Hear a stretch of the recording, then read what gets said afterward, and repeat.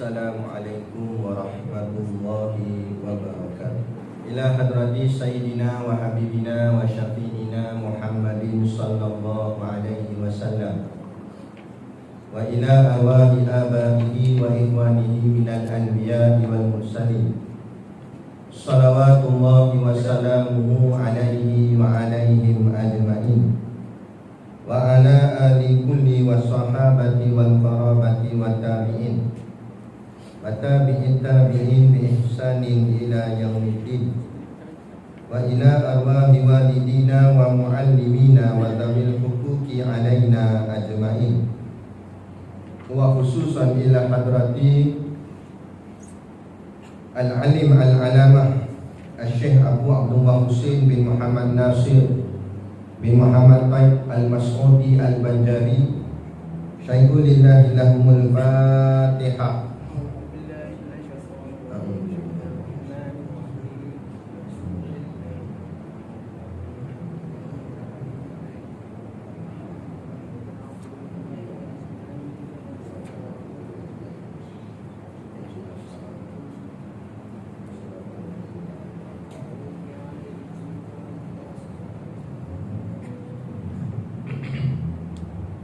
Bismillahirrahmanirrahim.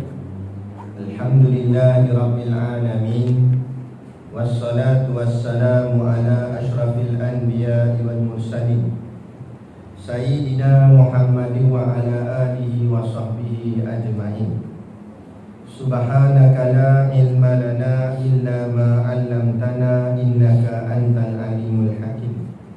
Rabbi shrah li sadri wa yassir li amri wahlul 'uqdatam min lisani yafqahu qawli. Wala haula wala quwwata illa billahil aliyyil azim. Amma ba'd. Alhamdulillah, kita sama-sama panjatkan syukur kehadiratillah subhanahu wa ta'ala yang dengan limpah dan kurnianya diizin oleh Allah subhanahu wa ta'ala kepada kita pada malam ini untuk kita menyambung lagi kuliah pengajian kita, iaitulah kitab Ushul Tauhid. Moga-moga dengan pengajian ini akan menambahkan lagi keyakinan dan keimanan kita kepada Allah Subhanahu wa taala dan ketaatan kita kepada baginda junjungan besar Nabi kita Nabi Muhammad sallallahu alaihi wasallam. Maka dengan keyakinan dan ketaatan itu akan membuahkan hasil di akhirat nanti, akan syurga Allah insya-Allah. Amin ya rabbal alamin. Yang saya hormati pengurusi masjid dan seluruh staf kepimpinannya, para imam, para bilal, tuan-tuan siap yang tak dapat kita nak sebutkan namanya satu persatu, yang amat-amat disanjungi para asatizah, alim-alim ulama, tuan-tuan guru, ustaz yang mungkin hadir pada malam ini, mohonlah ditutur kepada hamba yang fakir dalam bidang ilmu ini. Sekiranya apa yang disampaikan dan dikongsikan ada salah dan silapnya, yang kita kasihi ayah-ayah, pemuda-pemuda yang dirahmati Allah sekalian. Kita sambung lagi kitab kita, iaitu kitab Ushul Tauhid karangan Tuan Husin Kedah. Pada muka surat 4, kalau tak silap saya, betul kat bawah sekali kan. Qala al-muallifu rahimahullahu ta'ala wa nafa'ana wa iyyakum bi ulumihi fid dharaini amin ya rabbal alamin. Kata pengarang kitab dan sabdanya, ya ba'atsullahul ibada yaumal qiyamati thumma yumayyizul ulama'a fayaqulu lahum ya ma'syaral ulama'i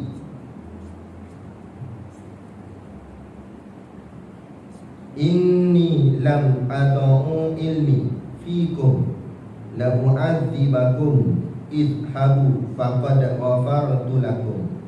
Rawahu Imam Tabrani fil Kabir. Mafhum hadis. Hadis ni artinya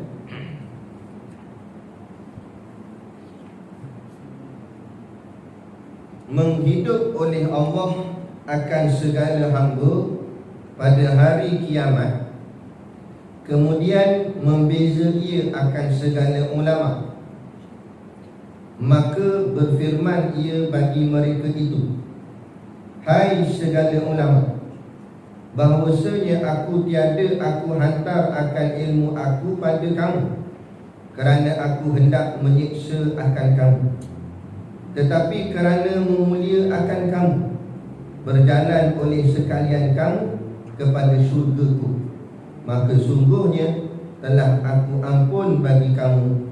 Meriwayat oleh Tabrani hadis ini di dalam kitab Kabirnya. Baik, kita sambung lagi pada bab yakni ilmu, kepentingan ilmu, kelebihan ilmu. Dan di bawah fasalnya, iaitu bahagiannya, iaitu bahagian kelebihan orang yang mengajar akannya, kelebihan orang yang menuntut akannya. Kelebihan orang yang menuntut akan ilmu. Ilmu di sini maknanya ilmu agama. Ilmu agama pula iaitu yang paling utama lah. Yang paling utama fardu ain, iaitu ilmu tauhid, fiqh dan tasawuf. Lain daripada itu penting juga, tapi masuk dalam fardu kifayah. Fardu ain maknanya wajib atas tiap-tiap individu.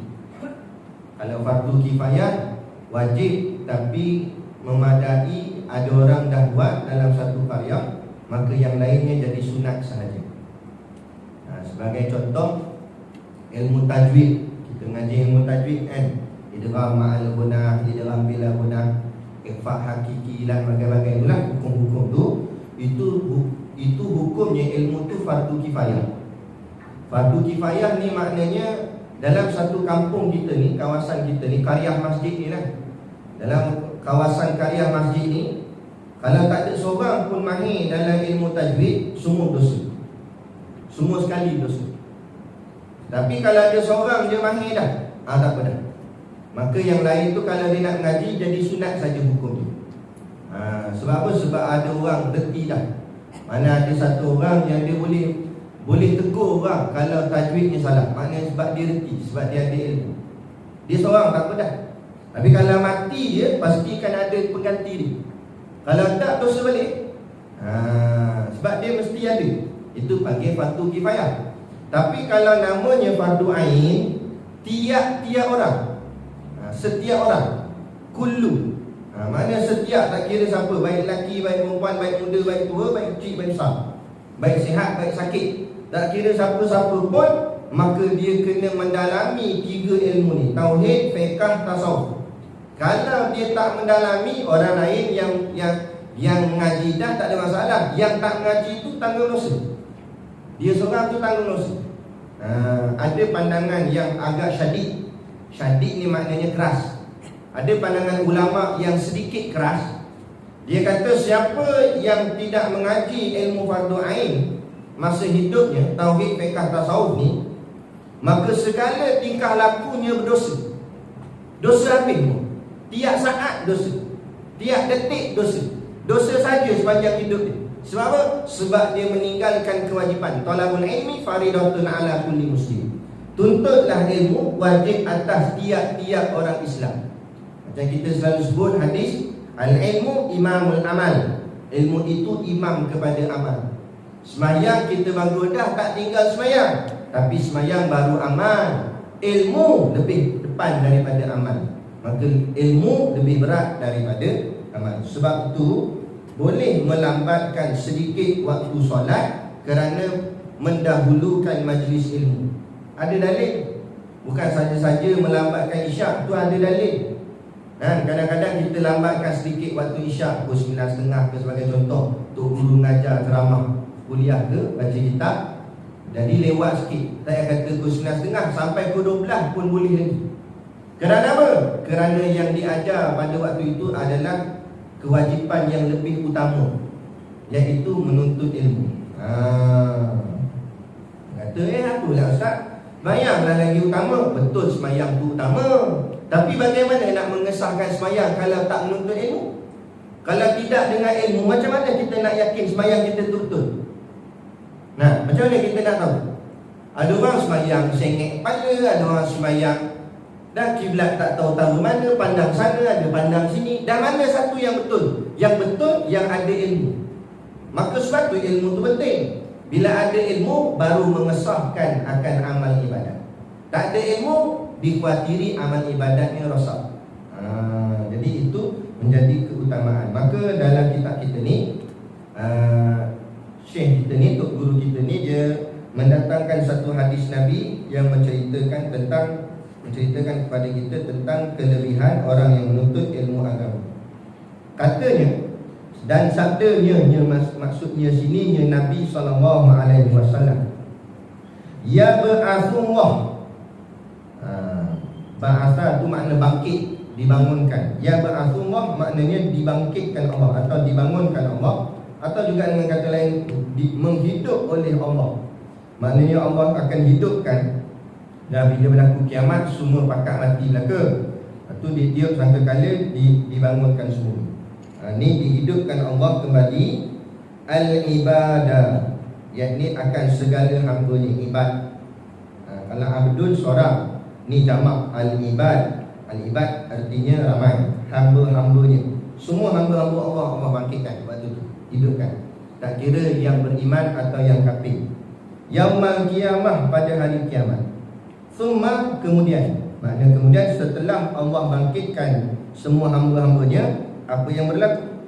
Summa yumayyizul ulama. Katanya Nabi, kemudian Allah mengasingkan atau membezakan ia akan segala ulama. Maksudnya dari ramai-ramai hamba-hamba yang telah dihidupkan ni, semua dah entah berapa ratus juta bilion apa kita tak tahu, rasapkan kereta tak boleh nak dan kira. Sejak daripada zaman Nabi Adam sampai orang yang terakhir lagi daripada umatnya Nabi Muhammad, semua ada sekali di padang mahsyar tersebut. Allah bangkit semua. Lepas tu Allah apa? Yumayyizul ulama. Allah asingkan ulama. Mana yang kategori ulama, duduk tepi. Yang lain asing, jangan kacau. Ni asing tepi. Maksud ulama di sini bukan tok-tok guru belaka, tapi maksud ulama ialah ahli-ahli ilmu. Siapa yang masuk dalam kumpulan ahli ilmu, ahlul ilmi, maka dia termasuk dalam hadis yang disebutkan, maka diasingkan. Siapa dia ahli ilmu? Orang yang bersungguh-sungguh nak hati dan perbuatannya dalam menuntut ilmu. Bersungguh-sungguh, sama ada menuntutnya secara khusus atau menuntutnya secara umumi. Umumi ni macam kita ni dipanggil kuliah umum, yakni kuliah sebulan sekali gitulah, baca kitab kan. Ini pun baru muka surat 5. Padahal ngajar lah mudah, kali PKP dah ni. Dah baru muka surat 5. Dah bila nak habis? Ada yang banyak lagi surat ni. Lah kali 83. 83 tu rasa dengan umur saya sekali, 83. Tua dah waktu tu kan. Nak ceritanya, kita ni belajar kadang-kadang gitulah, sekali sebulan gitu. Itu dipanggil kuliah umum. Ada pun kuliah khusus, pengajian khusus macam orang yang duduk di pondok, di madrasah, di institut-institut tempat pengajian lah, macam di Universiti Al-Azhar ke, tak kira lah mana-mana lah tempat yang dia memang siang malam kerja dia ngaji tu. Tiap-tiap hari ngaji. Itu dipanggil kuliah yang khusus. Itu dipanggil orang yang khusus dalam menuntut ilmu. Macam kita ni, kuliah kejap-kejap ni dipanggil orang awam. Tetapi menuntut juga ilmu, maka masuk juga di dalam ahlul ilmi. Tak apalah, umum ke khusus ke, janji masuk juga kumpulan tu. Jangan tak masuk langsung. Macam Tok Guru kami buat contoh di pondok. Tok Guru dia pesan lah, Tok Guru Haji Wan Ibrahim, kalau tak silap nama Tok Guru dia. Pada Tok Guru kita ni, Tok Guru Sidinon, dia kata kita ni bukan bukanlah wali-wali Allah, bukanlah ulama, bukanlah Tok Guru. Padahal Tok Guru dia tu ulama dah, pun dia kata kita ni bukan, dia kata. Dia merendah diri. Dia kata yang dinamakan ulama tu Imam Syafi'i, dia kata, Imam Malik, tu ulama. Aku bukan ulama, dia kata. Aku tolong baca je, tolong baca kitab. Sebab kalau nak harap baca sendiri memang tak baca dah, betul tak kita? Lama 2 bulan lebih tak datang kuliah. Mana pergi kita? Berapa kita dekat Arab kat rumah. Tak baca dah. Tak payah kata tuan-tuan, saya pun dah baca. Nak pergi ni baru cek balik. Kat mana hari tu lah, baru cek balik.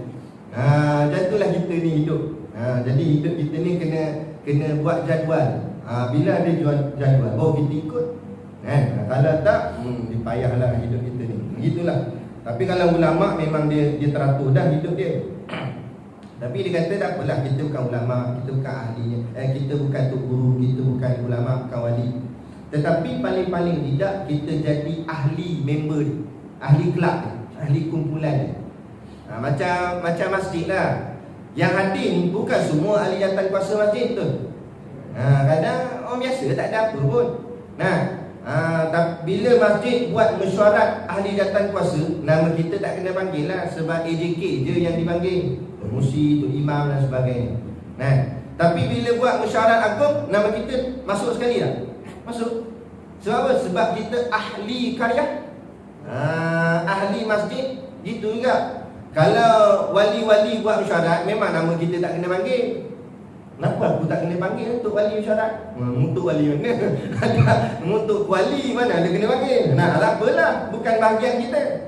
Tapi bila mesyuarat agung, maknanya yang bukan wali pun ahlinya saja pun kena panggil juga. Waktu Tok Guru Siddiq Nur tanya Tok Guru ni dah bila mesyuarat agung? Kata Tok Guru, mesyuarat agung para wali ialah nanti di hari kiamat di padang mahsyar. Allah akan kumpulkan semua ahli-ahli ilmu, tok guru apa semua anak-anak murid dia, semua yang mengaji kitab-kitab, mengaji ilmu, semua akan hadir, duduk sekali. Walaupun dia ni orang tak panggil ustaz, tak panggil tok guru, tak panggil kiai, tak panggil ulama, tapi dia menuntut ilmu dengan sungguh-sungguh, maka dia masuk di dalam ahlinya. Seperti mana dalam hadis yang kita bacakan ni. Ni sebagai dipanggil berita gembira kepada kita dalam berusaha, berjuang, bersungguh-sungguh dalam berilmu dan beramal. Dia kena ada, orang cakap apa, pembangkit sokongan. Macam kita kan, kalau kita masuk lumba lari atau main bola, kalau tak ada penyokong, tak sungguh sangat nak main, nak berlari tu tak sungguh sangat. Sama juga kalau tidak ada pembangkit, kita dalam nak mengharungi liku-liku ujian, mehnah dalam hidup ni, nak lawan hawa nafsu, nak lawan iblis, kita akan jadi down juga satu hari nanti. Kita jadi lemah, kita jadi malas nak buat lah. Dan inilah Allah datangkan sebagai pemangkin, dorongan. Allah ceritakan apa yang kita akan dapat. Siapa yang berilmu, beramal, dia akan dapat gini-gini. Itu menjadi, orang cakap apa, sekurang-kurangnya benda tu menyebabkan hati kita tabah. Tak apalah, penat-penat pun, sebab dalam hadis kata aku akan dikumpulkan dengan ulama. Tak apalah mengaji payah mana pun, aku nak duduk kat bahagian. Itu sebagai satu bentuk dorongan. Baik, Allah akan membezakan segala ulama. Thumma yumayyizul ulama. Kemudian fayaqulu lahum, maka Allah berfirman kepada mereka. Allah berkata kepada mereka. Mereka di sini maknanya ulama tadi, ahli-ahli ilmu tadi, termasuk semualah siapa yang mengaji. Ya ma'syaral ulama, Allah kata. Ya ma'syara ni maknanya sekalian. Wahai sekalian ulama, wahai sekalian ahli-ahli ilmu. Lebih kurang macam tu maksudnya. Inni lam a'dhu ilmi fikum. Kata Allah, sesungguhnya bahawasanya aku tidaklah memberikan kepada kamu ilmu aku itu kerana aku hendak menyiksa akan kamu. La mu'adzibakum. Aku bagi kamu ilmu bukanlah kerana aku nak menyusahkan kamu, menyiksa kamu. Sebab kita biasa dengar juga hadis-hadis yang mengatakan bahawa orang berilmu ni, orang yang berilmu ni, dia tak boleh buat silap sikit boleh jadi dosa. Kata untuk guru kami, kalau orang yang tahap ulama, tahap sebagai guru, tok guru dan sebagainya, orang yang mendidik lah, maka ini jadi contoh. Maka dosa kecil orang awam buat jadi dosa besar pada dia.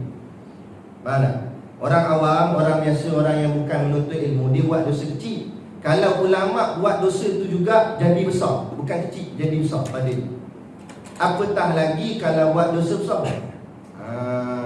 Mana ulama dosa kecil pun macam besar pada dia. Sebab apa? Sebab dia jadi contoh. Contoh, silap lah angkat cawan ni nak minum air pakai tangan kiri, bukan sampai jadi terus masuk neraka.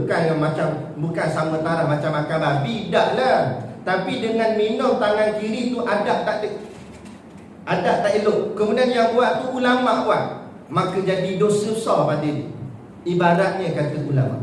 Kerana apa? Kerana dia jadi contoh. Takut-takut orang lain pakai ikut. Lepas tu orang, kenapa minum pakai tangan kiri? Dah, itu tok guru minum pakai tangan kiri. Maka jadi susah, jadi bahaya. Sebab itulah dalam hadis ni Allah firman pada mereka golongan ulama, "Hei ulama, aku bagi pada kamu ilmu bukan sebab aku nak siksa kamu, bukan sebab aku nak nyusahkan kamu." Saya memang susah. Saya dijumpa Abeya, kami panggil dia Abeya lah, anak kepada Tok Guru Pak Teh, Pondok Pak Teh di Pengkalan Hulu kat Gerik atas sana. Ni anak dia sambung. Ayah dia dah tak ada, dia sambung pondok dia tu. Minta nasihat lah pada dia.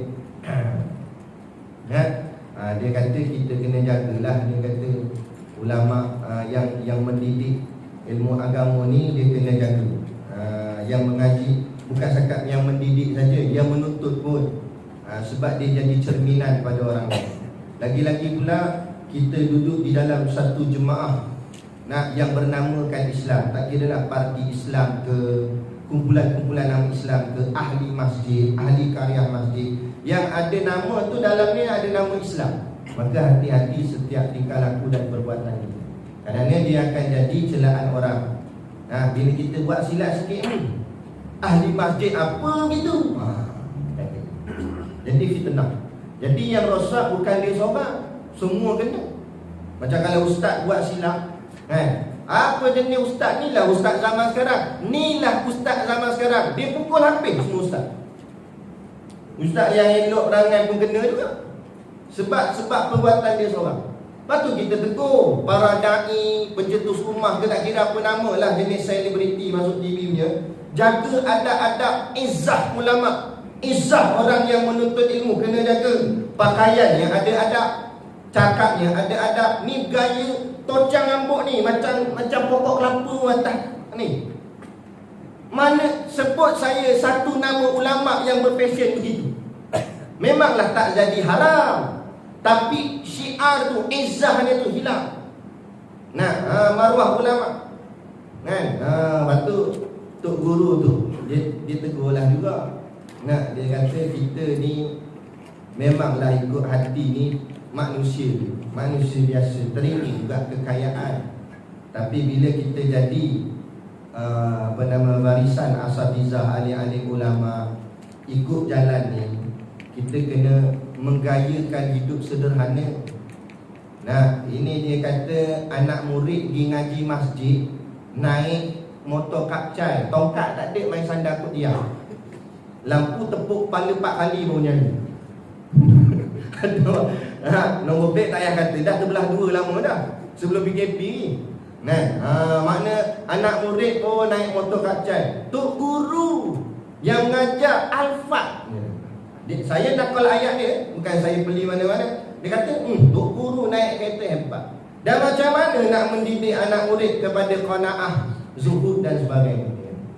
Jadi kadang-kadang situ jadi masalah. Hilang syiar izzah. Sebab tu hari ni hilang haibah pada ulama. Orang tak takut dah dengan ulama. Dulu orang takut ulama. Ulama ni muka dia saja, cara dia berjalan, berdehemnya saja ada haibah. Haibah ni maknanya gerun. Tengok anak kita dulu, biasalah siapa yang dulu-dulu masa kecil belajar ngaji, bukan ulama besar pun, Tok Guru ngaji je kat kampung kita. Terkencing terus. Saya dulu mengaji dengan Tok Guru saya, nama Tok Guru Syekh Suruh Syekh Abudin namanya. Saya ngaji dengan dia kalau kat luar kita lepak makan dengan dia, baik lembut je. Tapi kalau time kelas, Tak angkat kepala. Dah tengok muka dia takut. Dia suruh saya baca. Masa tu dia nak betulkan Fatihah. Jadi sampai ke ayat 1 sampai 6 semua okey. Sebelum tu orang lain buat dulu. Orang lain saya tengok sampai menangis-nangis. Dia sampai macam tu ada. Dah sampai kena turn saya juga apa ya. Nah, ayat 1 sampai 6 okey lagi. Sampai ayat ke-7 tu sampai kawalan dolin tu. Do tu dia nak tekan makhraj do. Dia kata ni lidah ni sakut ke atas ni. Kita buat tak kena agaknya. Nah. Anak kata do sepak ni. Allah, kita dengar. tak ingat terus do tu. Nak katanya cengeng, garang, tegas, haibah, gerun, takut dengan ulama-ulama, dengan guru-guru. Lah ni mana dia orang takut? Nah, lagi dia kutuk, lagi dia pelik. Saya kata ulama mufti dia hina. Nah, hilang dah haibah. Tapi antara sebab juga kadang-kadang puncanya daripada barisan ulama tu sendiri juga. Kerana tidak menjaga izzahnya, tidak menjaga syiarnya. Akhirnya ulama nampak setara dengan orang awam. Sebab tu ulama tak boleh nampak setara dengan orang awam. Baca dalam kitab-kitab fiqh yang tebal. Ulama ada pakaian dia, hakim ada pakaian dia. Kerana pakaian tu juga nak menunjukkan beza dia dengan orang awam. Bukan nak menunjukkan konon-konon dia tinggi, orang lain rendah. Tak. Dari sudut makam di sisi Allah, nilaian Allah. Cumanya nak biar ada beza, hormat. Hormat dengan ulama tu, biar ada nampak beza. Macam kita di pondok lah, kita dengan tu guru ada nampak beza. Macam ada khas tempat sejadah tu guru. Ini untuk tu guru duduk. Orang lain jangan duduk situ. Contoh, kalau kami di pondok gitu. Maknanya itulah sebagai izzah, menghormati ulama, menghormati tu guru, jaga. Kalau nak bagi cawan, ambil cawan paling besar dan tinggi sebagai izzah pada dia. Kalau adab-adab ni sebenarnya dia ajar dalam orang dulu-dulu kita. Sebab tu dalam family, dalam keluarga, saya perasan kat dulu dalam keluarga. Bila makan ramai-ramai keluarga, bahagian ayahnya lain, pinggan dia lain sikit, cawan dia pun lain sikit. Pernah sekali saya ambil cawan ayah saya, marah mak saya, itu ayah punya, letak situ. Sebab itu raja ni. Kita rakyat marhen. Kita pakai cawan plastik je. Nak menunjukkan supaya izzah, hormat. Jadi anak-anak pun jadi hormat dengan ayah. Itu tujuan. Sebab apa ni? Nanti di hari kiamat pun Allah akan membezakan antara ulama dengan yang bukan ulama, kerana memuliakan akan mereka itu. Lepas tu dalam hadis ni sebut, bukanlah aku nak menyiksa kamu wahai ulama, tetapi kerana memulia akan kamu. Jadi ulama kena jaga banyak, kena jaga itu bukan untuk seksa, tapi untuk mulia. Bila mulia dia jadi lain dah sikit, tak boleh lah sama dengan orang lain. Tiba-tiba kita yang duduk dah jalan ulama ni nak ikut macam orang awam, maka hilanglah kemuliaan tu. Lepas tu saya tak setuju kalau dia nak, konon-konon dia nak memancing anak-anak muda, tiba-tiba dia berpakaian anak muda, hilanglah izzah, hilanglah kemuliaan. Dia pakai ki, naik motor, pakai seluar jeans ada bulu-bulu pula, buka-buka helmet lah ustaz kata. Hilanglah izzah ni. Sebab nampak sama. Tak kira lah kita nak tarik anak muda, kekalkan dengan syiar kita, izzah kita. Sila-sila anak muda tu jadi terikut dengan kita. Kita kekalkan dengan jubah serban. Dakwah tetap dakwah, anak muda pergilah kat mana pun, mak rempik kat mana, dakwah je. Dia pun tiba-tiba lama-lama dia berkenan, lawa jugalah. Selama ni ekor saya tak berapa cantik lah ustaz, ekor rambut. Saya nak buat ekor macam ustaz lah, kain. Ustaz ajar sikit macam mana nak buat ekor ni. Dia kata ni bukan ekor, ni serban. Dia pun belajar. Lama-lama dia jadi minat. Lama-lama dia jadi ke arah kita. Ini tak kita jadi ke arah dia. Kacau. Jadi macam mana? Kita nak dakwah orang dalam disko, takkan kita nak kena pakai pakaian disko dulu, nak kena mabuk dulu. Kita kena jadi macam mereka dulu baru boleh tarik mereka. Mana jadi. Itu kita kena jadi mereka, bukan mereka jadi kita. Atau ada juga setengah asatizah tu, bila kita cakap gini, dia kata saya ni pakai sedap-sedap, lawa-lawa, hebat-hebat ni sebab nak tarik golongan orang kaya. Jadi kita nak masuk dengan geng-geng orang kaya, takkan nak pakai kancing. Tu kena pakai kereta mewah ke? Tu masalah. Ulama dulu lagi steady naik basikal saja. Habis orang kaya pun boleh ikut dia, boleh tunduk dengan dia. Kan? Dia tak kisah pun. Ni jangan sampai kita jadi hilangkan muruah dan juga izah dan syiar agama tu. Tu dia. Jadi ni kata Nabi, bukan aku nak kisah kamu, tapi aku nak memuliakan kamu. Sebab tu kita ni bila jadi pelik daripada orang, itu tandanya Allah nak memuliakan kita. Dia bila pelik, memang nampak lain daripada orang lain. Macam orang yang cacat lah, orang kurang upaya, dia lain daripada lain. Orang sindera, dia lain daripada lain. Tapi di sisi Allah, mulia tak mulia dia? Mulia banding kita. Orang gila nak jaga jalan, kan? Boleh buat Roblox, dia nak Roblox kat, dia bahagian dia lah. Dia buat gini-gini, tapi dia tahan orang tak berhenti lah, kan? Orang tak peduli lah dia. Pada sisi manusia nampak macam lekeh, sisi Allah, hebat tak dia? Hebat lah. Mana dia kena hisap, masuk syurga terus. Kita tak gila, dia kena tanya. Lepas tu dia gelakkan kita. Dia nampak kita, kita bodoh, gila kita kata dia. Gila gelak seorang-seorang. Dan dia gelak tu sebab gelakkan kita. Kata aku syurga lah, tak tahu lagi. Tu dia gelak. Tu kata orang gila. Allah. Berjalan oleh sekalian kamu kepada syurgaku. Maka Allah kata, hei ulama tadi ni, jalanlah kamu pada syurgaku. Kamu nak masuk syurga mana? Silakan. Allah, kehebatan yang mahu. Sebab apa? Sebab masa kat dunia dulu jalannya susah. Ulama-ulama ni jalan susah. Kena tabik, kena hina, kena caci, kena maki, kena fitnah. Ni lagi-lagi kita berada di zaman fitnah. Habis macam-macam kena.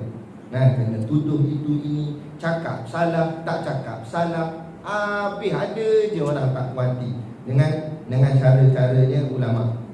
Tapi mereka tetap istiqamah buat kerja walau payah macam mana pun, walau diletik. Maka nanti di hari akhirat Allah bagi kesenangan sesenang-senangnya, sehingga Allah bagi pilih kamu nak jalan mana dalam syurgaku, jalan P lah. Tidak ada lagi sekatan pada kamu. Sebab dunia kamu dulu aku sudah puji kamu dengan penuh sekatan.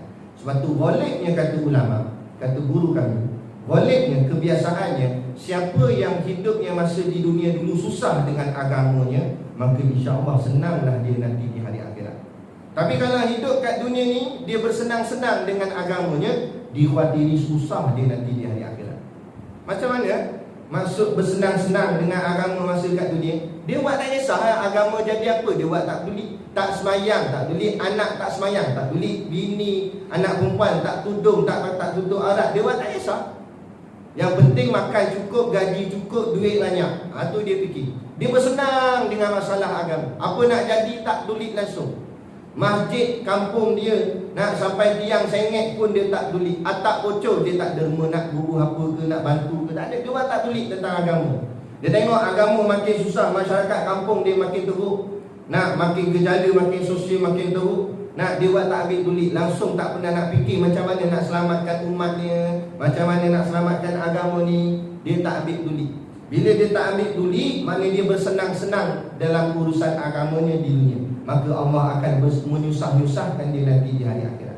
Tapi siapa yang bersusah-susah dengan agamanya di dunia ini, ingat tok-tok guru kita, ulama-ulama kita, tegeh-tegeh sangat ke nak jadi Perdana Menteri, tegeh-tegeh sangat ke nak masuk Putrajaya. Tapi sebab memandangkan yang ada ni tak ikut cara Islam yang sebenar, yang betul, maka terpaksa menubuhkan jemaah, kumpulan, parti dan sebagainya. Kalau ikut ulama nak baca kitab je, nak ngajar orang gitu je. Tapi sebabkan memandang perkara ni tak boleh dibiar, kerana memikir, dia ambil jalan susah. Macam contohlah kita yang mungkin yang tu tinggi sangat, kita ambil jalan mudah. Tok guru kita, Tok Guru Siddiq. Agak-agaklah tuan-tuan, Tok Guru saya ni, Tok Guru kita semualah, Tok Guru Siddiq ni. Kalau dia tak buka sekolah Mak Tafiz Kiam dengan Pondok An-Nur tu, dosa ke dia? Tak dosa dia. Bukan atas kewajipan dia, ada perintah suruh dia kena buat. Tapi dia ambil jalan tu, jalan susah. Tak susah macam mana? Nak cari tanah wakaf, nak cari orang derma, nak bina bangunan, merayu, buka dana, sumbangan. Tolong tuan-tuan, kami nak buka sekolah gini-gini. Kadang-kadang kena hina, kena herdik, kena caci, kena tuduh, kena fitnah. Orang kata ni makan duit, macam-macam. Tapi dia buat, dia cari susah untuk agama dia. Bersusah-susah. Nah, kita pernah ambil kisah kalau ada mana-mana madrasah pondok duit tak ada nak bayar bil elektrik. Kita tak ambil kisah, tapi tok guru tu, ulama dekat yang ada dalam pondok tu bersusah nak pergi cari. Nak jual habis. Nak tok guru saya pernah terpaksa jual harta dia. Saya tak nak sebutlah apa dia. Tapi nak sebagai teladan pada kita, dia terpaksa jual harta dia sikit untuk menampung perbelanjaan sekolah sampai ke tahap tu. Bersusahnya mereka ni.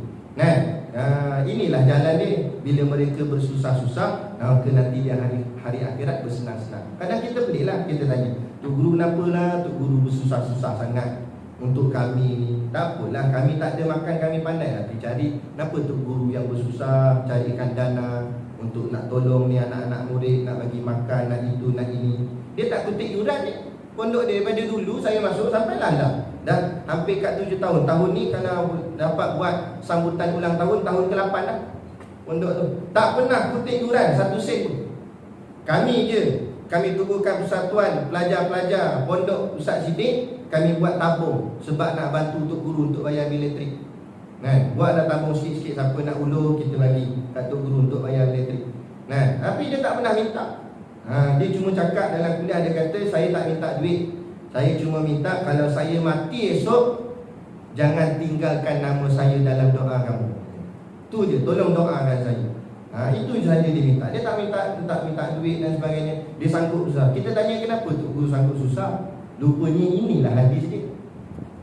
Bila kita susah kerana agama, Allah senangkan kita nanti di hari akhirat. Boleh nak masuk syurga mana? Suka hati kamu nak masuk syurga. Senang sesenang-senangnya. Jadi kita biarlah bersusah sikit untuk agama kita. Janganlah cepat-cepat ambil jalan mudah, ambil jalan senang. Biar bersusah sikit, tak apa. InsyaAllah yakin Allah akan bagi kita kesenangan nanti di sana. Fa inna ma'al usri yusra. Sesungguhnya dalam kesusahan itu aku sertakan kesenangan, kata Allah. Maknanya Allah bagi uji dengan susah dulu, lepas tu dapat senang lah. InsyaAllah yakin situ. Itu dia. Hadis ini diriwayatkan oleh Imam At-Tabrani di dalam kitab Kabirnya. Dan lagi sabda Nabi.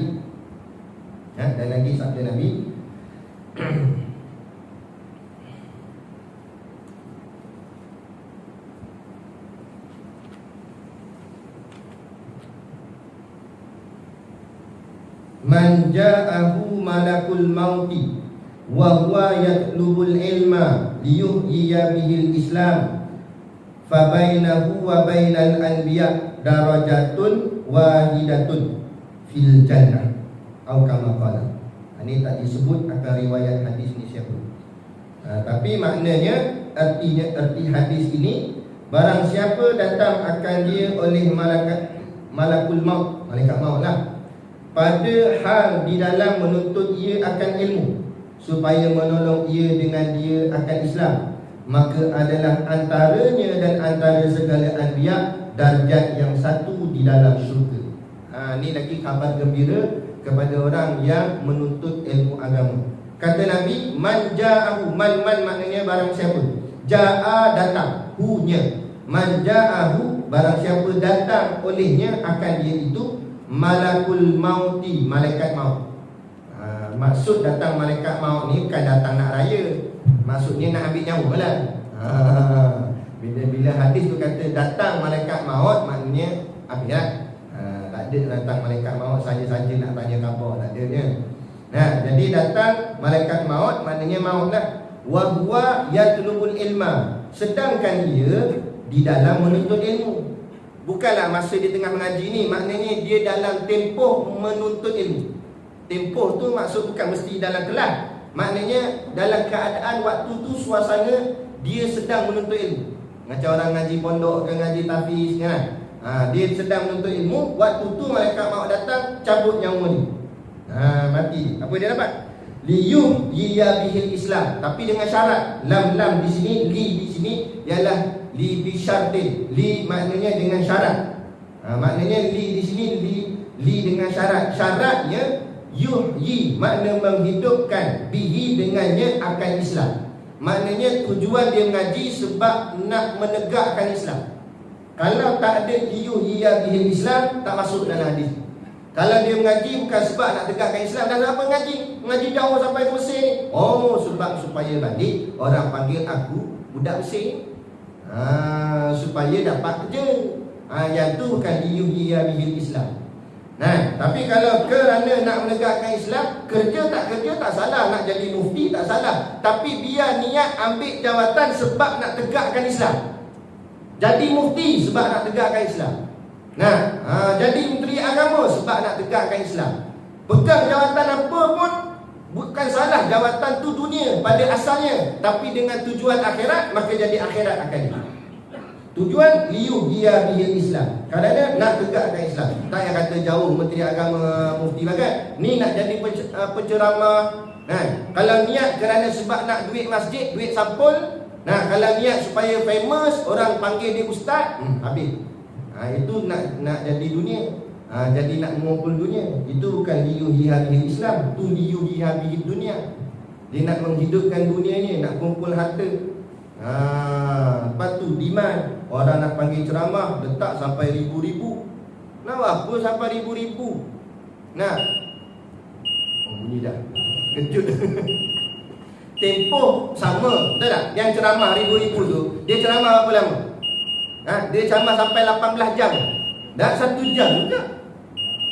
1 jam juga. Dan ayat Quran dia pakai ayat Quran lain kan? Ayat Quran tu juga. Dan hadis tu juga hadis Nabi. Apa sampai ribu? Tok guru dulu-dulu, ulama dulu-dulu tak macam tu. Ni.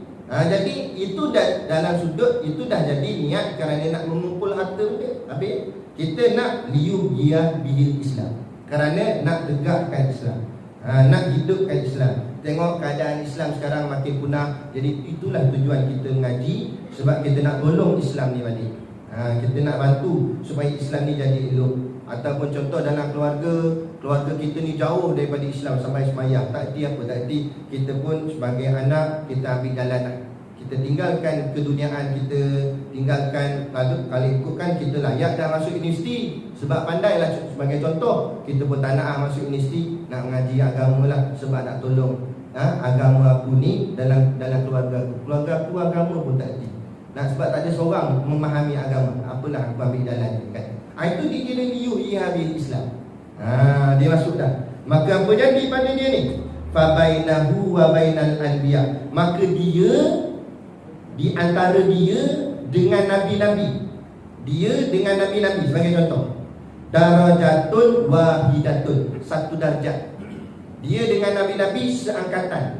Bukan seangkatan setara dengan nabi, tapi maksudnya fil jannah, di dalam syurga nanti. Maknanya nabi-nabi duduk syurga tu, dia pun duduk syurga tu juga. Allahu Akbar. Tak hebat? Syurga paling atas sekali ni syurga para nabi. Dia dapat duduk syurga tu. Syurga ni ada 7 tingkat. Dia dapat yang paling atas bersama dengan para nabi. Kita tak, kalau minum-minum duduk sebelah menteri rasa macam ni. Nak minum pun tak. Orang cakap apa, hilang dah. Haus sangat tadi, tapi sebab duduk sebelah menteri tak jadi minum. Jadi bangga sangat. Senyum tu senyum. Sebulan senyum. Katanya awak asyik senyum ni dah. Aku teringat itu minum dengan menteri. Padahal kebetulan. Padahal dengan menteri baru dia dah rasa hebat dah. Ini dengan Nabi. Dan Nabi dengan menteri mana tinggi? Duduk dengan Nabi. Allahu Akbar. Kita kalau boleh nak masuk dah dalam kumpulan ni. Jadi kita datang menuntut ilmu agama. Biarlah maksudnya juga pada mafhumnya pada hadis ni, man ja'ahul malakul maut tu artinya kamu mengajilah sampai kamu mati. Itu maksud. Kamu mengaji, teruskan mengaji sampai akhirnya malaikat maut cabut nyawa kamu dalam kamu mengaji. Itu maksud dia. Maknanya jangan berhenti mengaji. Sebab tu kalau ikut kaedah agama, mengaji tak ada level. Mana ada level? Kalau ikut kaedah agama tu tengok madrasah, pondok. Mana ada tingkat-tingkat? Tak ada. Ngajilah pas habis satu kitab lain, pas habis satu kitab lain. Tapi kalau cuba tengok cara barat buat, dia ada peringkat dia. Ada SPM, ada diploma, ada degree, ada master, dia ada peringkat. Jadi bila ada peringkat, dia targetlah sampai peringkat tu je. Aku sampai master tak apa dah, rasa hebat dah dengan master tu. Maka dia tak mengaji dah. Padahal mengaji tak ada peringkat. Sebab apa? Mengaji sampai mati. Mana peringkat tu? Sampai dapat sijil last. Lepas tu ada orang tanya masuk pondok saya kan, Dia kata, "Ustaz, pondok ni dapat sijil?" Dia kata, "Ada." Sijil mati. Sampai matilah mengaji baru dapat sijil. Maknanya dulu satu. Kan? Tu makna kata mengaji sampai mati, insya-Allah. Betulkan niat untuk menghidupkan Islam, insya-Allah lah. Moga-moga kita semua ni Allah tempatkan kita dengan para anbiya, para nabi, darajatun wahidatun, yakni satu darjat dengan para nabi fil jannah, di dalam syurganya, insya-Allah. Amin. Slow je amin. Jadi cukup sekadar dulu. Pada malam ni kita akan sambung nanti kuliah seterusnya, kalau ada lagi lah, syahdan, bermula menuntut ilmu, iaitu diwajibkan atas dia, atas tiap-tiap mukallaf. Penting kat situ lah. Saya ni tak datang hampir 2 bulan kan, 2 bulan lebih. Jadi barang kat belakang tu kira macam barang 2 bulan lebih kan tu. Jadi kena belilah. Kena beli macam 2 bulan lebih ni. Jadi kalau rasa nak beli satu, kena beli 2 sebab 2 bulan. Jadi insya-Allah lah, bakat-bakat bantu lah. Bukan suruh pun, saja gurau je, nak belilah. Cumanya saya nak war-warkan, bukan saya meminta-minta, tidak, tetapi mewar-warkan saja. Kita buka ruang dan peluang. Kami di pondok sekarang tengah membina pondok asrama muslimat. Pondok asrama muslimat. Asalnya ada dah pondok tu, cumanya bangunan tu kita ubah, tu guru ubah. Jadi rumah kelamin guru-guru. Sebabnya kami tak sedar, jam celik, rupanya guru-guru kami ni makin lama makin buruk. Mulalah seorang demi seorang nak nikah. Jadi tak ada tempat tinggal. Kalau kami tak sediakan, takut dilari. Kami hilang guru lah. Jadi asrama muslimat yang ada ni kami tukar jadi rumah guru, mana kuartus guru. Jadi guru-guru semua akan ditempatkan di situ. Maka kita terpaksa buat asrama pondok muslimat yang baru di belakang tu. Sekarang dah mula dah projek. Kita dah rata tanah, dah naik tiang dah pun, dan baru tadi saya tengok kita dah siapkan big di bawah ni. Jadi dalam proses lah, kita buat 2 blok. Satu blok untuk remaja muda-muda, sebelah satu blok lagi untuk makcik-makcik yang nak duduk di pondok. Jadi terpulanglah kalau ada siapa-siapa yang nak mewakafkan harta, infak dan sebagainya. Tak kira dalam apa jua bentuk, sama ada dalam bentuk barang, dia nak bagi kapit simen ke, nak bagi besi ke, apa ke, pasir ke, batu ke, terpulang. Atau dia nak, kalau dia saya tak erti lah, nak beli barang, bagi duit lah, ustaz pandai belilah, bagi duit pun tak apa, tak ada masalah. Bukan mesti hari ni, nanti boleh pun tak apa, nak ambil nombor akaun pun saja boleh, dan kemudian nak masukkan bila-bila hari lain pun tak ada masalah. Jadi itulah sekadar maklumat kita bersama. Moga-moga apa yang kita infak dan wakafkan itu menjadi jariah kepada kita. Walaupun kita sudah mati nanti, tapi pahala kita akan terus berjalan sampai kiamat, selagi mana bangunan itu digunakan untuk jalan agama Allah, insya-Allah. Jadi cukup sekadar itu. Wabillahi taufiq wal hidayah. Assalamualaikum warahmatullahi wabarakatuh. A'udzu billahi minasyaitonir rajim. Bismillahirrahmanirrahim. Alhamdulillahirabbil alamin, wassalatu wassalamu ala asyrafil anbiya'i wal mursalin sayyidina Muhammad wa ala alihi wa sahbihi ajma'in. Allahumma taqabbal minna salatana wa du'ana innaka antas samiul alim wa tub alaina innaka antat tawwabur rahim. Allahumma ja'al dinana dinan nabi Muhammadin sallallahu alaihi wasallam, wa islamana islamal muslimin, wa imanana imanal mu'minin, wa salatana salatal khashiin, wa a'malana a'malas salihin, wa niyatana niyatal mukhlisin, wa dhunubana ya Allah dhunubal mustaghfirin, wa hayatana hayatal ulama, wa mautana bi mauti syuhada, wa dakhilal jannata ma'al anbiya'i alaihi wassalatu wassalam. Rabbana atina fid dunya hasanah wa fil akhirati hasanah wa qina adzabannar, wa qina adzabannar, wa qina adzabannar.